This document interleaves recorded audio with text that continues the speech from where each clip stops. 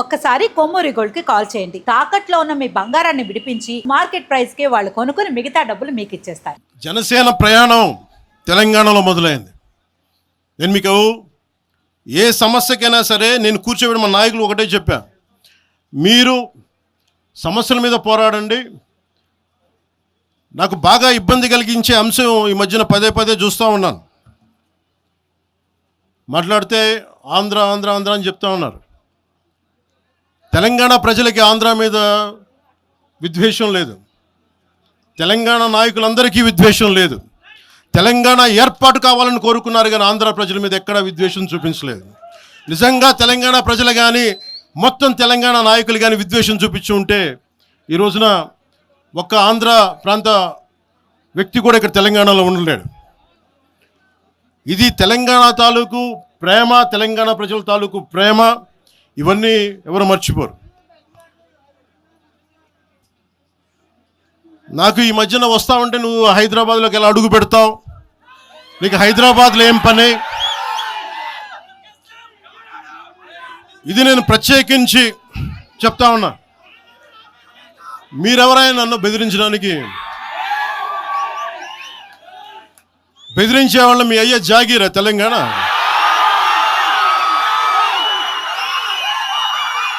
నా మీద దాడులు చేస్తా ఉన్నారు కదా. నాకు తెలంగాణలో బెదిరింపుల కంటే కూడా ఆంధ్రాలో బెదిరింపులు ఎక్కువ. నాకు తెలంగాణలో ఇంకా రానివ్వమంటారు నన్ను, ఆంధ్రాలో అయితే తల తీసేయనంటారు కోనసీమలో కొంతమంది. నేను ఓడిపోయినప్పుడు 2019లో ఓడిపోయినప్పుడు మన తెలంగాణ నాయకులు ఒకటే చెప్పారు, అన్నా మా తెలంగాణలో ఉంటే నీకు పరిస్థితి రానిచ్చేవాళ్ళం కాదని చెప్పి. నాకు నిజంగా తెలంగాణ అద్భుతంగా ఉండాలి, యువతకు అద్భుతమైన అవకాశాలు రావాలని కోరుకుంటాను తప్ప నాకు ఇక్కడ కొత్తగా బావుకునేది లేదు, ఏమీ లేదు. బెదిరించే వాళ్ళందరికీ ఒకటే చెప్తున్నాయి. నా ఇంటి ముందు ఎందుకు పెట్టానంటే ఎవరన్నా దాడి చేయాలంటే సంతోషంగా ఇదే నా ఇంటి అడ్రస్, అది మీకు తెలియదు. నాకు అలాంటి భయాలు లేవు. నాకు బాంఛన్ కాల్మొక్త, బాంఛన్ సారు కాల్మొక్త అనే ఉద్దేశం ఉంటే పార్టీ ఎందుకు పెడతామా? అంత భయపడేవాళ్ళంతా పార్టీ పెడతామా? మీ ఇష్టానికి మాట్లాడితే మేము భయపడాలా?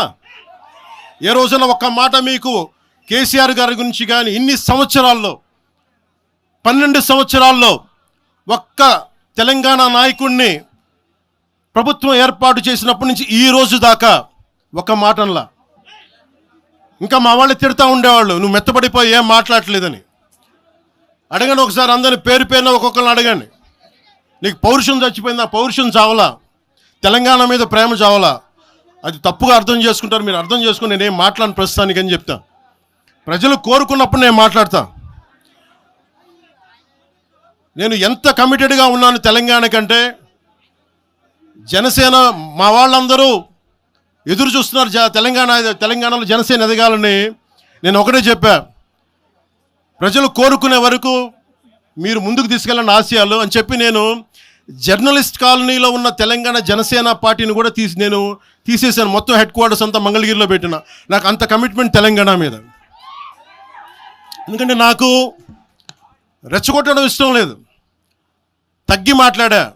మీరు ఎన్ని హింసించినా, మీరు ఎన్ని మాటలు మాట్లాడినా, ఆంధ్ర కొడకని తిట్టినా, అరే నా గుండెల్లో తెలంగాణ ఉంది, మీరు ఎన్ని తిట్టినా నేనేం పట్టించుకో. వైసీపీ నాయకులు, క్రిమినల్ గ్యాంగ్స్ చాలాసార్లు నాకు బెదిరింపులు ఇచ్చినాయి. దానికి మించిన బెదిరింపులు నిజంగా నాకు తెలంగాణ నాయకులు. వైసీపీ గుండాలు ఇచ్చిన బెదిరింపుల కంటే కూడా, చంపేస్తామని బెదిరింపుల కంటే కూడా నాకు తెలంగాణ ఎప్పుడు ఇవ్వలా. అసలు ఈ గొడవ అంతా ఎందుకు స్టార్ట్ అయింది? ఈ గొడవ అంతా ఎక్కడ స్టార్ట్ అయింది? ఒక ఎనలిస్ట్, ఒక విశ్లేషించే వ్యక్తి, ఆయనంటే నాకు గౌరవం, ఆయన మీద నాకు గౌరవం ఉంది, ఆయన తీసుకుపోయి ఓ మీడియాలో మాట్లాడతా అమిత్ షా గారి గురించి మాట్లాడారు. అమిత్ షా గారు నేను మాట్లాడుకున్నామంటే ఆయన విన్నారంటే, ఆయన కూర్చొని తప్పుడు మాటలు మాట్లాడితే దాన్ని ఖండించే. నా మీద తిట్లేడు మనకు మాట అంటే మన జన సైనికులు ప్రతి చోట ఏదో కూర్చొని ఆ కేసులు పెట్టారు కూడా నాకు తెలియదు. తెలిసిన వెంటనే చెప్పాను, అవన్నీ వదిలేనని చెప్పాను నేను అవన్నీ. మళ్ళీ ప్రెస్ క్లబ్లో పోయి మీరు తిడుతూ ఉంటే, ప్రాంతీయ విద్వేషాలు రెచ్చగొడితే దాంట్లో కూర్చోబెట్టి ఎంతకాలం చేస్తారు? 12 సంవత్సరాలు తెలంగాణ వచ్చిన తర్వాత ఇంకా తెలంగాణలో ఉపాధి లేకపోయినా ఏమి లేకపోయినా దానికి ఆంధ్రుడే కారణం, దానికి పవన్ కళ్యాణే కారణం. పరిశ్రమల్లో ఈ లెక్కల్లో ఇంక మీరు ఎప్పుడు మీరు ఎన్ని చేసినా ప్రతిదానికి ఎక్కడో చోట తెలంగాణ ప్రజలు ఇది గ్రహించాలి. ఉద్యోగాలు రాకపోయినా, ఉపాధాలు రాకపోయినా ప్రతిదానికి ఆంధ్రోడు కారణం అంటే ఆంధ్ర ప్రజలు నిజంగా ఎందుకు వస్తారు ఇక్కడికి? తెలుగు చిత్ర పరిశ్రమ ఎందుకు వచ్చింది?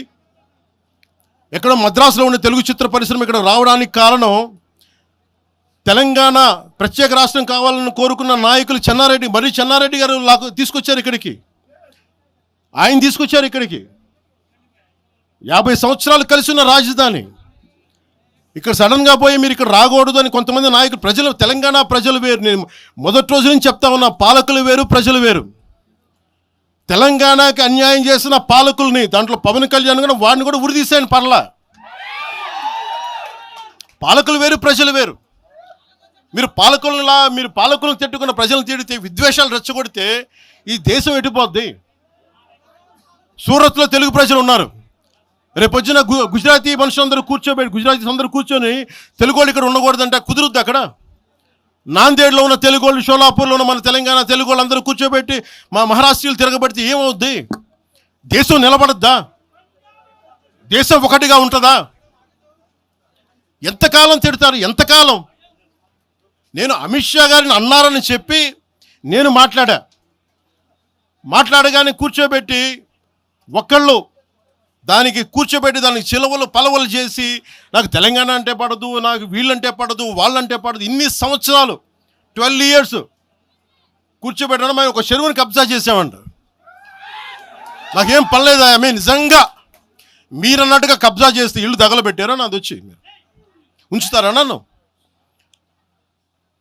ఒక్కొక్కళ్ళు కూర్చోబెట్టి 111 జీవోలు ఏమేం చేశారు అటు చూసిపోండి, అటు చూడండి.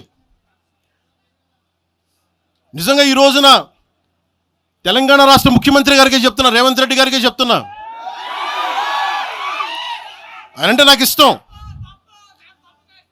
ఆయనంటే గౌరవం నాకు. కానీ వారికే నేను చెప్తా ఉన్నా, తెలంగాణ ప్రభుత్వానికే చెప్తున్నా, పవన్ కళ్యాణ్ గనుక ఆ చెరువుని ఒక చెరువును ఆక్యుపై చేసుకున్నాడంటే సంతోషంగా చెప్తాను, ఈ రోజున తెలంగాణ ప్రభుత్వానికి రాసి ఇచ్చేస్తున్నారు.